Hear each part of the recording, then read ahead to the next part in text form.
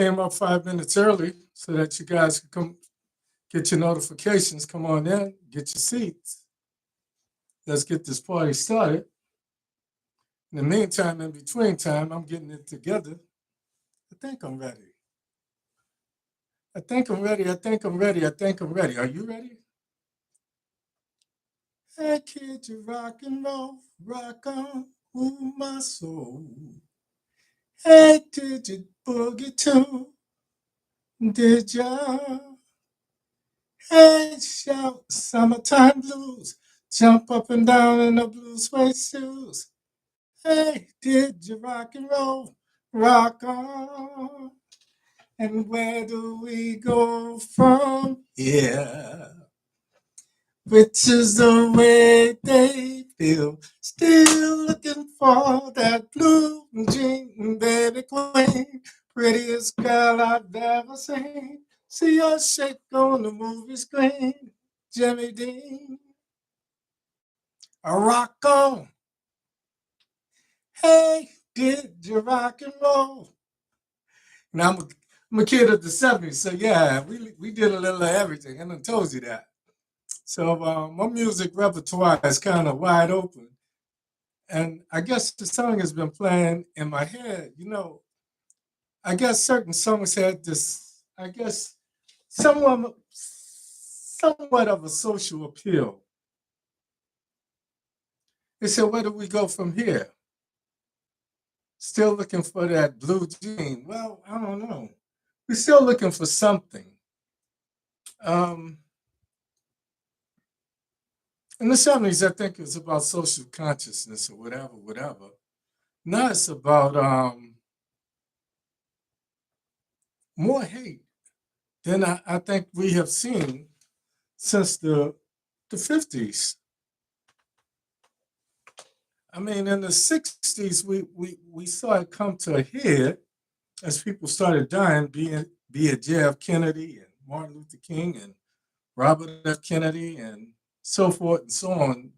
I call that the big three, because back in the day, everybody had a picture.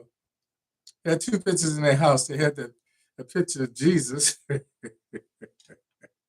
a white picture of Jesus, and that picture that had Martin, John, and Robert, JFK, MLK, and RFK. So Kennedy and King's, they just went. They fell by the wayside.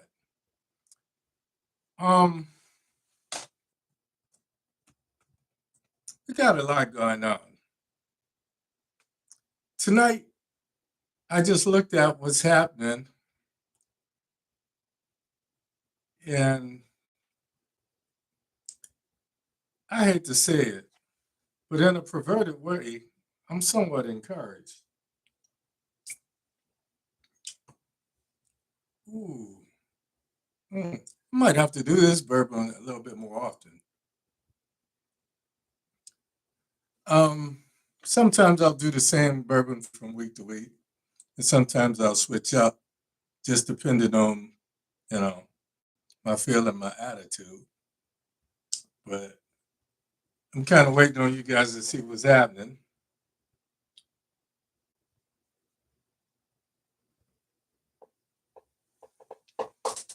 Looking for my YouTube people? Where my Facebook folk at? By this time, I have at least 3 or 4 people. And tonight we're running a little late. We're running a little behind. So you guys are, I should say.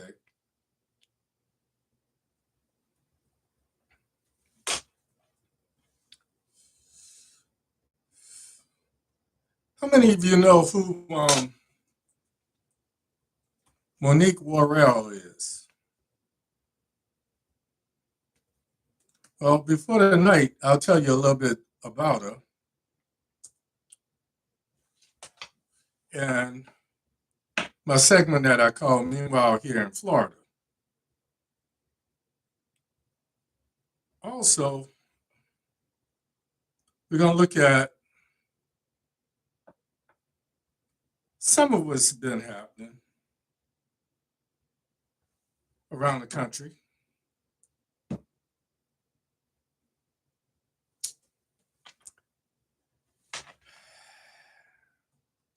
We're definitely going to talk about Montgomery. Whether you guys know it or not, I have a history with Montgomery in the state of Alabama.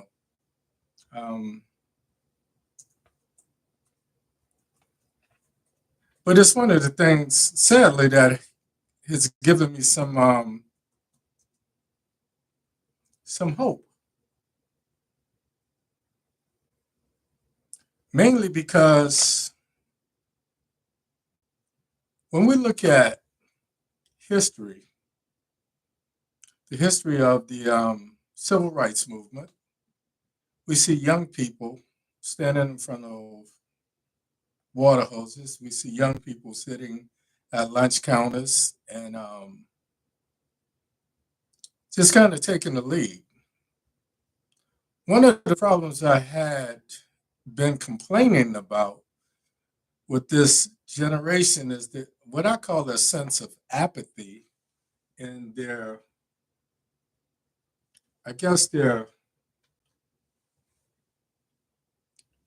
wanting to just have a good time, being obsessed with things like video games and having a good time and just the whole 420 thing. And don't get me wrong, I have nothing against that. But on the other side, I'm looking at so many young people that are dying. And if you know me long enough, I made a prediction when they legalized marijuana that it would be one of the things that we had to look for. Just like cigarettes has been legalized in kills, it went from regular cigarettes to menthol or mentholated cigarettes, and that increased, I guess, its appeal in the Black community. We're looking at some of these young kids, and I'm having this conversation with my kids and with other people, kids, young adults who it's just part of their culture as much as it was part of our culture growing up. When we had the Cheech and Chong and we had the, you know, why can't we be friends with the war? And, you know, we had black light posters and, back then it was called smoking weed in the Black community, pot and grass in the white community. The powers to be called it I guess, a gateway to bigger and better drugs or more devastating drugs. But I'm going to just be the first to admit, I don't know what the answers are with this. But when I open up my computer and every day there's someone under the age of 50 and usually under the age of 35 who is no more, I want to see if there's a correlation between some of the things that they did, their lifestyle, and their early deaths. So I want to do like Elon Musk and start making false statements that I can't substantiate. When he started to talk about LeBron's son having the heart attack, I won't do that, but I will ask the question, and this is just a question for my young people. When you look around your community and you see kids preceding their parents, what do you think is the reason for that? Is it something that's going on? Is it something that we need to do something about as elders? Is it something that needs to be taken up? What we see when any type of drug starts to affect what we call mainstream America or white America, then it's looked at as an epidemic. Case in point, the whole opioids thing. Then they talk about the number of people that are dying and hooked needlessly, et cetera, et cetera, et cetera. But it always starts with us. Panky says she thinks it's the food. I think it has something to do with it. When I look at chicken thighs and chicken, well, not so much the thighs, but the legs. Chicken legs look like drumsticks, you know? Once upon a time, the only people had breasts that were double D's and triple F's was churches. And we used to make jokes about church's chicken versus Popeyes or Jim Dandy's and even Roy Rogers back in the day. And back in the day, the drumstick was one of my favorite parts of the chicken. But nowadays, these drumsticks either been pumping iron or doing steroids. So yeah, I think food has something to do with it. I think it has everything to do with how they're living, what they're putting in their body. But smoking weed and vaping weed, I don't know. I don't know. Like I said, I'm looking for correlations. I'm a scientist. I'm a social scientist. I'm a physical scientist. So I always look for a correlation. When I look at some of the things today, I rented a car, and this car had the strongest weed smell. I'm sitting at the light one day, and there's a car 3 behind me, and I could smell less shit. So I don't know what it is, but there's something going on. And maybe it's a combination of all of the above. But like I said, I look for correlations. I look for cause and response and cause and effect and just try to figure things out. It's, especially when I see so many young people dying. So just was on the front of my mind.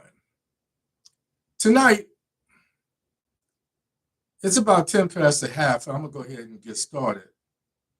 Before I do anything else, I want to say good evening and welcome to the show. My name is Hank Batiste.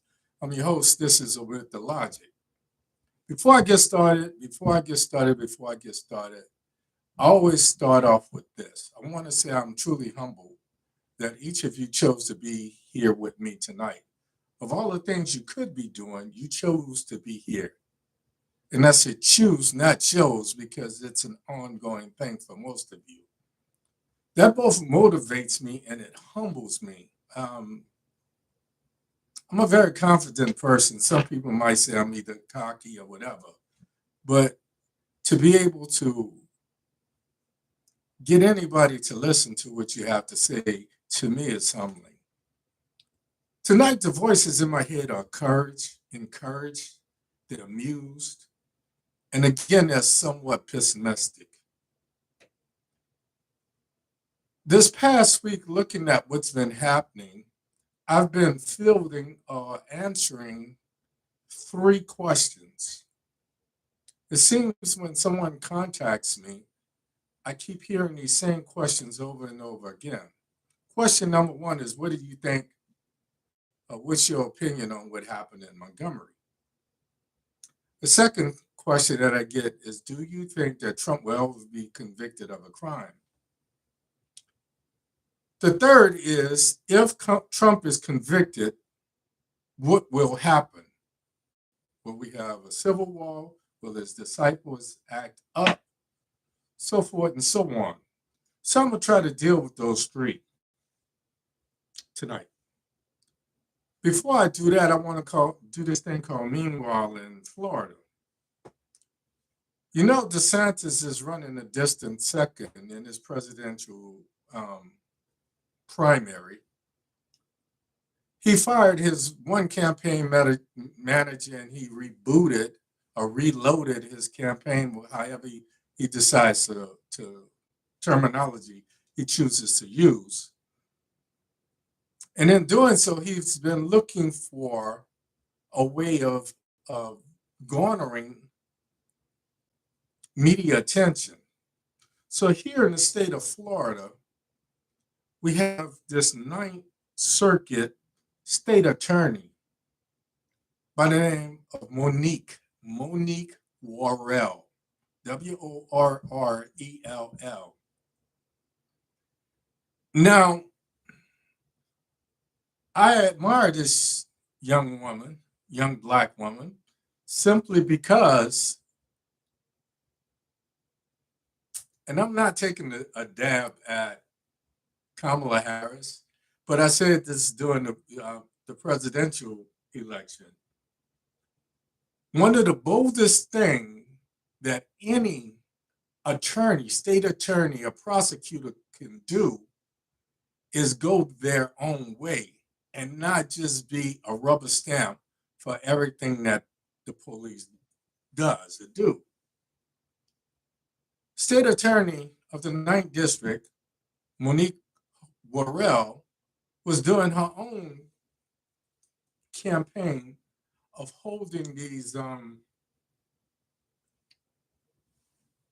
police and sheriffs under her jurisdiction to a higher order. And when we look at what didn't happen, and this is me kind of revisiting some of the things that I've said in the past, because I think you need to be reminded, especially going into 2024. One of the things I said about Nancy Pelosi is she had the audacity after George Floyd was killed and Black Lives Matter was front page news. She donned the kente cloth and took a knee in this chevron formation. Or if you think about a flock of birds, there's always one bird that has the lead, and then there's two tiers that fan out, making a kind of upside down V formation. And she took a knee in the rotunda, on the floor of the rotunda of the U.S. Capitol. And she promised police reform. And she did nothing. So State Attorney Worrell has been trying to do something. She's been holding these police to the letter of the law. And in an attempt to get, well, it was an attempt because he was actually very successful in doing so. I needed to sit up a little bit. I felt like I was sitting on the floor. In an attempt to get media attention, Ronald Trump DeSantis, the satanic one,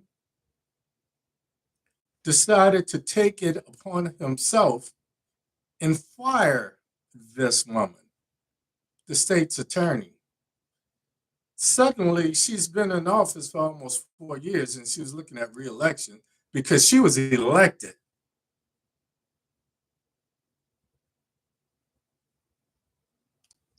She fired him.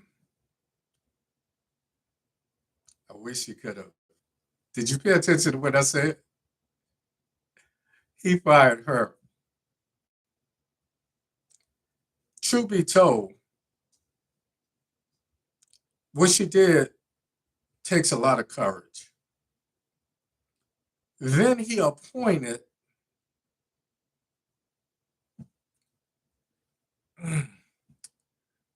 this Black guy who once upon a time was applauding Monique Worrell in her efforts.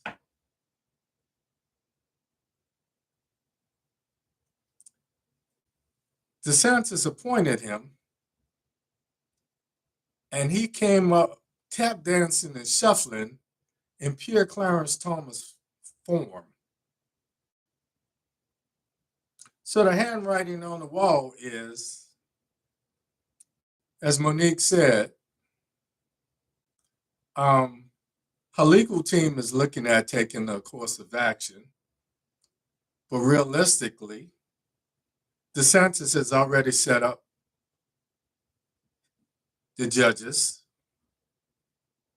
The state legislature has an overwhelmingly red majority. So chances are it's going to fall on deaf ears and nothing's going to happen. So what she called it was DeSantis erasing democracy here in the state of Florida. And I wholeheartedly agree.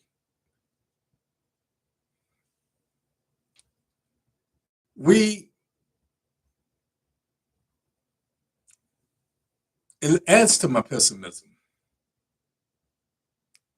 I'm pessimistic because I keep telling the young folks they have to get involved, especially young folks of color. And then I was watching TV earlier, and I saw this young white boy, a white man, and he was talking about, he came up with an organization called Leaders We Want, or the Leaders We Need. And I said, all along, I've been talking about this. And he talked about some of the older politicians relinquishing power. And it made the hair stand up on my neck. When I see somebody come in with the okay of the establishment, it makes me leery. It makes me cynical. It adds to my pessimism because I feel it's a setup. I feel like it's the next generation of more of the same. So we come up with this organization that we call the Leaders We Need.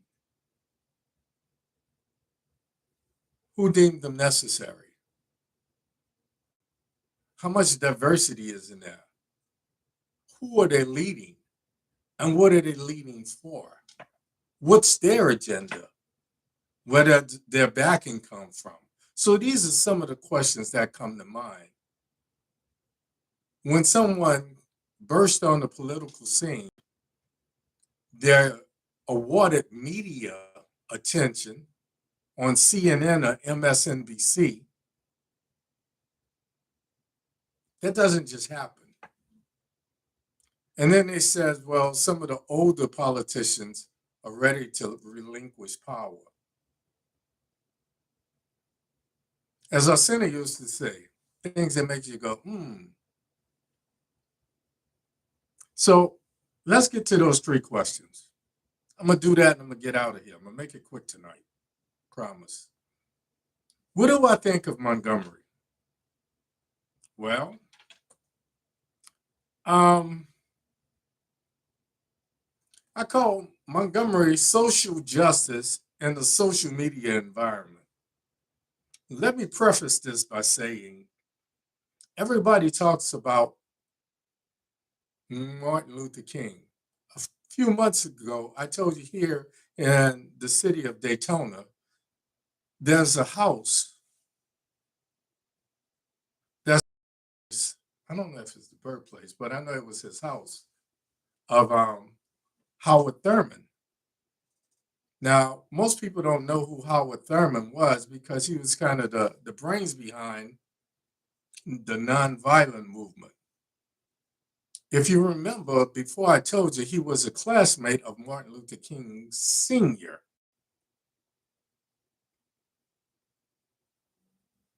So here we have an older person giving advice to a younger person that's being groomed to do a particular job. One of the things that made Martin, Dr. King, so successful,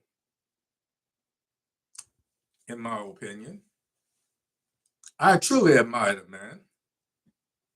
But we have to understand that when there was a Martin, there was a Malcolm, there was a Huey P, there was a Huey Newton, there was a Bobby Seals, there was a Stokely Carmichael, there was an Angela Davis, there was a Fred Hampton. And all of these people, because they were more radical, because they were more militant,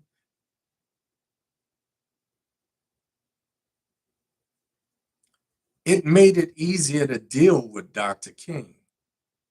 I'd rather deal with the Negro who has some sense than the one who's talking about fighting fire with fire. Remember when Malcolm says, a man is a fool if he doesn't defend himself. A man is a fool if he allows himself to be beat and not strike back. So, of course, they would rather go with the person that would take the licks and easier to deal with. Said all that to say this. I'm somewhat encouraged by the Montgomery thing, because one of the things that's been causing me trepidation, and I'm going to say this, and I don't care how it makes anybody feel. One of the things that's been causing me internal trepidation and anguish and upsetting me to my core is I wonder, with our young people seeming to be so apathetic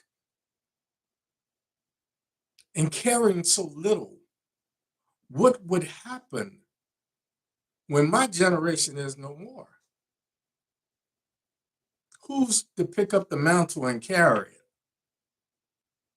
And then I'm reminded by looking at this Montgomery thing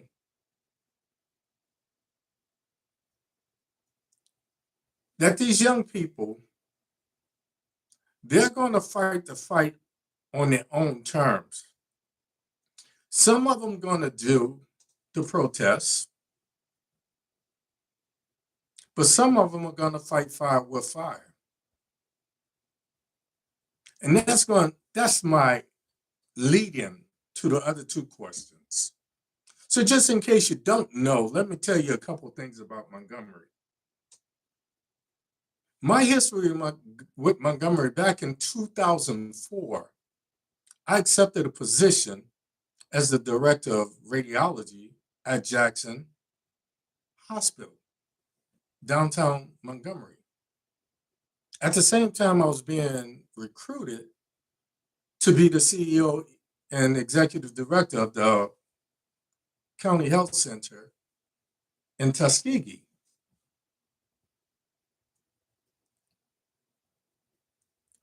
2004, going into 2005, I was trying to stir up the locals, the natives. Hey guys, do you guys realize this is the 50th anniversary of the Montgomery bus boycotts? And there was this sense of apathy, like, man. And I remember being in the barbershop and being so frustrated that this guy was cutting my hair, and I stopped him. I said, do y'all know y'all free? And the barber that was cutting my hair, he was a kind of older dude, and he said, young man, and he patted me on my back. He said, your haircut's free. I said, no, sir, I'm going to pay you for the haircut, but you know.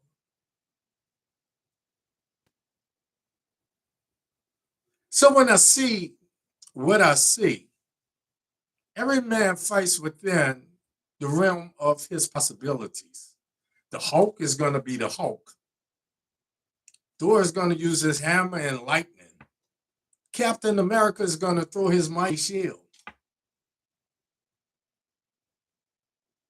And then I saw this meme because I'm thinking everybody has to fight the way they know how to fight. Some of us are strategic thinkers. So we sit behind the scenes and we tell the young people, okay, what I need you to do is go into the restaurant. Y'all order some food. And when they refuse to pay, when they refuse to serve you and they order you out of the restaurant, you just sit there. And then one of the kids started to sing. And somebody threw food on them, somebody spit on them, and they sat right there, steadfast, and held at peace. And then they interlocked arms when they were escorted out, and it was shot with water cannons. These were not just regular hose pipes.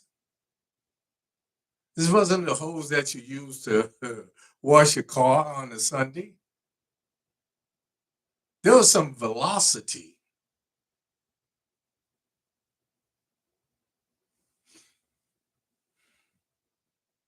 So why do I feel encouraged about Montgomery? Before I answer that, let me tell you a little bit about Montgomery today. The city of Montgomery has a young Black mayor by the name of Stephen Reed. The city of Montgomery has an older Black chief of police by the name of Darrell Albert. He's only the 15th chief of the city of Montgomery, the 15th. So that tells you some of these folks have been chief of police for their entire life. But before you start applauding, that's where the Blackness and the Black advocating stops. That's where it ends. The difference between having a white politician, a Jewish politician, and a Black politician is the Black politician doesn't feel that he can, or she can vehemently or zealously advocate for the people of color, the Black people in their community.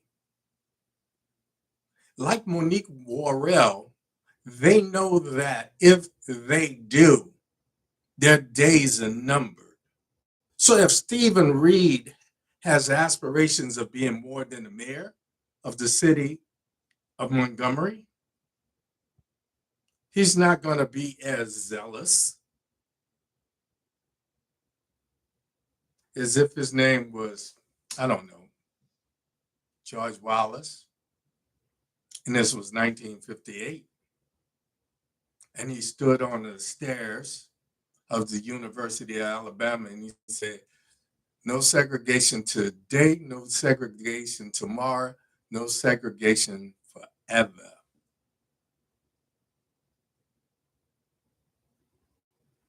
And just in case you don't remember, at some point of his political career, George Wallace, and I'm not talking about the Black guy that used to be on Tom Joyner, I'm talking about the white governor of the state of Alabama who had an epiphany and had a change of heart. And as a result, was shot and crippled for the rest of his life because he did a 180 and had an about face. So here's what they did. Stephen Reed and the chief of police, Darrell J. Albert arrested 3 white men: Richard Roberts, age 48, Alan Todd, age 23, Zachary Shipman, age 25, for attacking the co-captain of the little cruise boat, 2-hour tour, Damian Pickett. But here's the pissed off part. Here's the part that sticks in my throat. That pisses me off to the utmost of pissosity. These 3 men were only charged with 3rd-degree misdemeanor assault.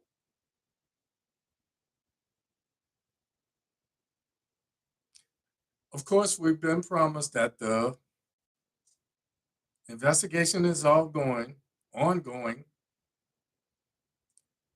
and they've called them federal prosecutors to see if this is a hate crime, related to a hate crime. But it's just insulting, because it goes without saying that if the tables were turned, if the riverboat captain, Damien, had been white, and his 3 assailants' names were Raheem Richards, Malik Todd, and Zachary Washington, they would have been categorized by the media as thugs first. They would have been categorized as these violent thugs that attacked a man who was only doing his job. And I promise you, they would have been charged with 1st-degree felonious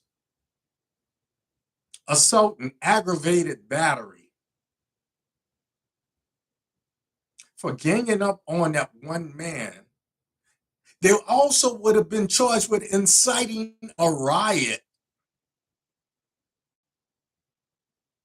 And the race card would have been played ad nauseum. The most, let me not go down there. Tuberville is now a U.S. Senator from the state of Alabama.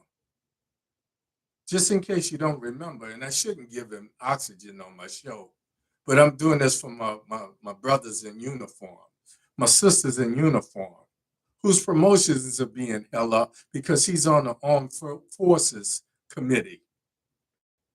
And he decides he's going to hold up military promotions. Why? Because he wants to make a name for himself. Just a few years ago, he was the head coach at Auburn, head football coach at Auburn. And now he's a U.S. Senator.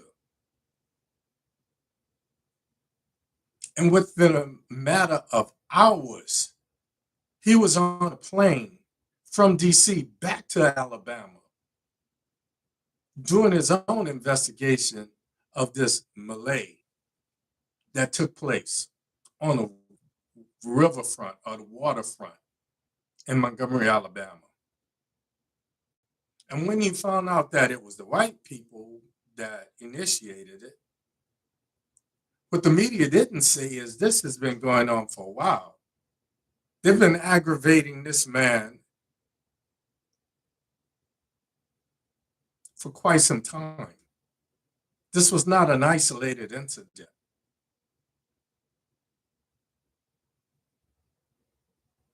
Tuberville would have been pushing for maximum sentencing to get these thugs, these violent thugs, who are threatening life, our lifestyle in the city of Alabama, in the city of Montgomery, in the state of Alabama. We got to get them off the street. But due to gerrymandering, and all of this was going on under Pelosi's leadership.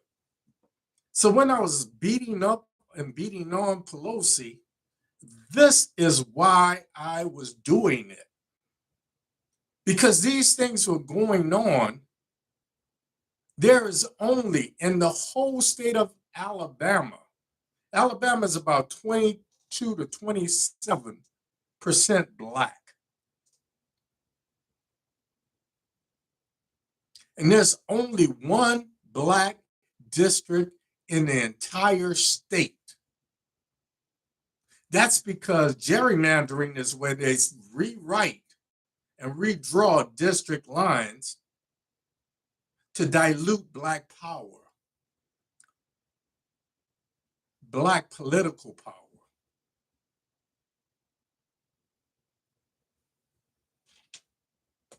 Still think Pelosi was such a great leader? Still think I just beat up on her because she was a woman? So, question number 2.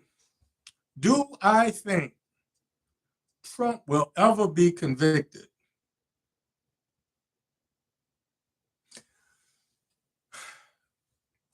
The quick and dirty is hell no. Simply because 70% of Republicans now believe that somehow Trump won and Joe Biden is not a legitimate president. Despite all of these legal cases that he had, his own people, despite all of these red states that either remain red and other people won, but Trump lost in those states. So let me get this straight. The elections were fair for everybody else that was Republican on the presidential ticket except you. Fool, that just means that they don't like you. But if you tell a lie long enough, and I'm going to say this to the men and women, it's not just women, because sometimes if a brother tell you, yeah, it wasn't me, wasn't me. First I saw you on the counter, wasn't me. Then I saw you on the sofa, wasn't me. Then I saw you in the shower, wasn't me. The woman just gives up and says, okay, it wasn't you, just to keep the peace. But it's not just the man, because the women could do the same thing. And women have a way of needling and beating the man down with words, where we even have a saying. What? How they say? Happy spouse, happy house. But that spouse has nothing to do with the man, huh? Happy wife, happy life? Then why the man die so much sooner? So anybody tells a lie enough, it's not that people really start to believe it.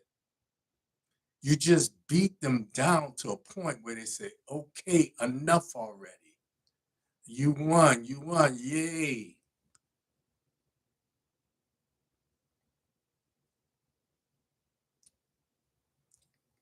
%70 of Republicans believe that Trump was cheated out the election. Now, remember, it used to be 30%. Then it was 38%. Now it's up to 68%. So I'm just going to round that 68 to 70. And if we look at our demographic mix is 1/3 Republican, 1/3 Democrats, and 1/3 independent. And let's say a jury is comprised of 12 people. So we've got a 33% that about 4 of those people on that jury are going to be Republican. In some states where there's gerrymandering and we have a certain type of governor or we have a certain type of prosecutor or district attorney who has a red tag and calls himself a Republican, a Trump publican, or a Trump disciple, he's going to stack the deck. So 6 of those people, but let's say for all intents and purposes, that we play fair and we get this ideal jury with 4 Republicans, 4 Democrats, and 4 independents. That's the makeup of the 12 people. It only takes one for him to walk free. So in this day and time, where can we find 12 people that can honestly conduct themselves and believe in this fallacy that we call democracy in this republic?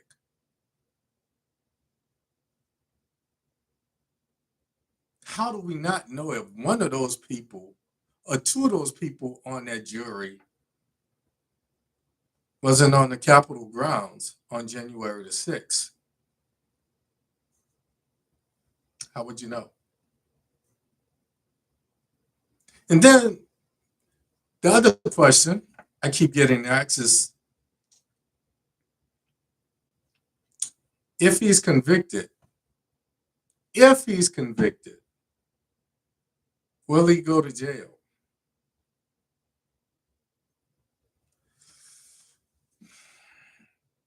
If we can't get 12 people, let's say for the sake of argument that some 12 people actually convict him of one of the 47 5011 crimes that he has been indicted for.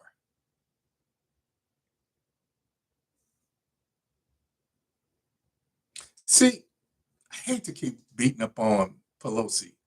So I'm going to beat up on Pelosi and Chuck Schumer this time. The one thing that the Republicans say is true. When Biden came into office, Biden said, he is no longer president. I want him to be held accountable. I want him to be arrested. And then if it had happened in the infancy of Biden's presidency, if it had happened in the beginning of Biden's presidency,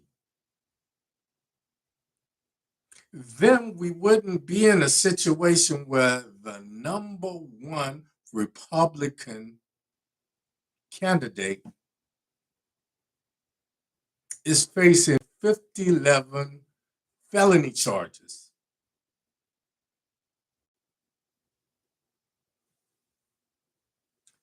Now let's think about that for just a second. Then I'm going to back out of here because I done had enough, and I know you have too. How many people in here, somebody that they know that went to jail, got a felony, and now they can't vote? Do you not see the disparity in you going to jail and losing your right to vote and somebody else being accused of 5011 felonies, federal charges, everything from intimidating witnesses and threatening people? And before I go any further, the federal judge gave him a gag order. What gag order? If it were me, my behind would be sitting in jail somewhere, trying not to drop the soap.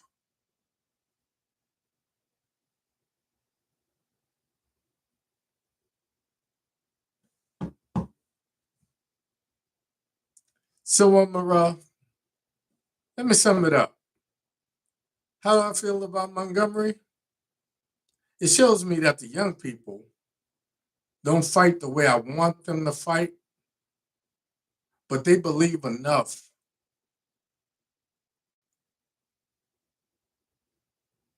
and making where they live, with all of their problems of black on black crime, and they're willing to fight for a way of life. So that has me just a little encouraged. If we could rededicate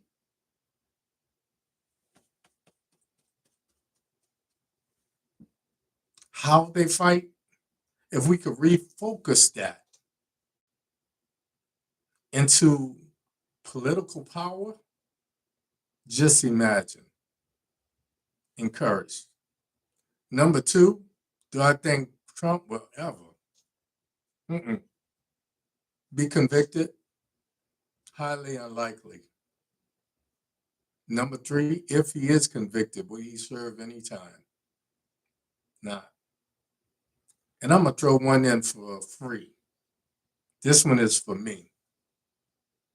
What will happen if a convicted felon who is a sociopathic narcissist and demagogue becomes president when he's already told you do away with parts of the Constitution?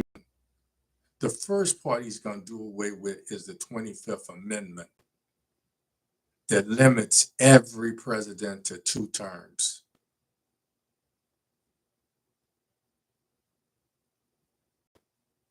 And try to make himself a president for life.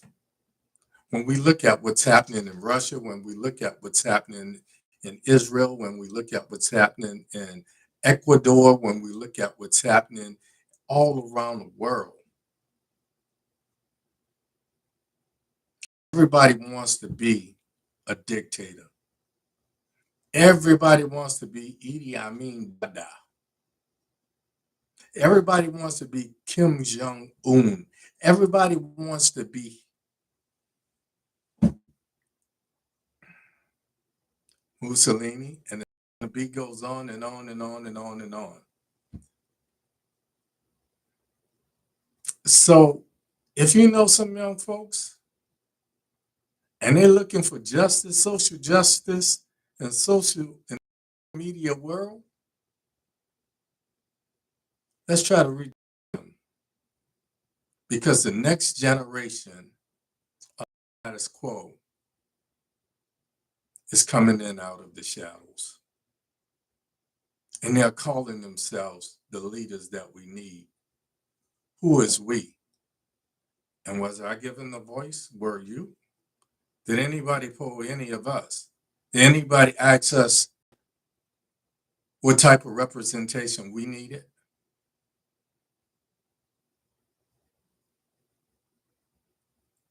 And to this federal judge who is now walking around with her own entourage of bodyguards, that alone should be enough to convict us behind. What gag order? So if what DeSantis did in Florida is deplorable, imagine what Trump is doing on a daily basis.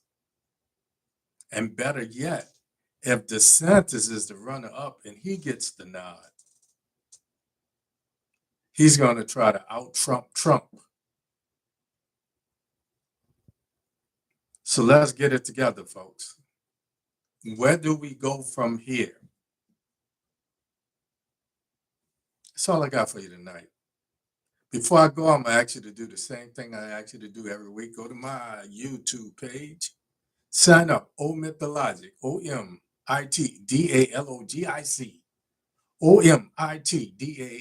OMITdaLOGIC. Subscribe. Ring the bell. And better yet, share this with somebody. Because this is definitely a message that somebody needs to hear. It might not be the sexiest delivery, but if you can find one lie in what I said tonight I will apologize next week and the week after that and the week after that. And if you do that for me, I'll be here next week. Same Baptiste time, same Baptiste place. Remember what I said. Don't be so afraid to die that you forget to live for purpose. Because one thing about this game called life, nobody leaves alive. So make the dash, make that dash, make that hyphen stand for something. And as always important, I wish you love. I wish you peace. 2 fingers to the sky. And like your man, head grease. I'm out of here, folks.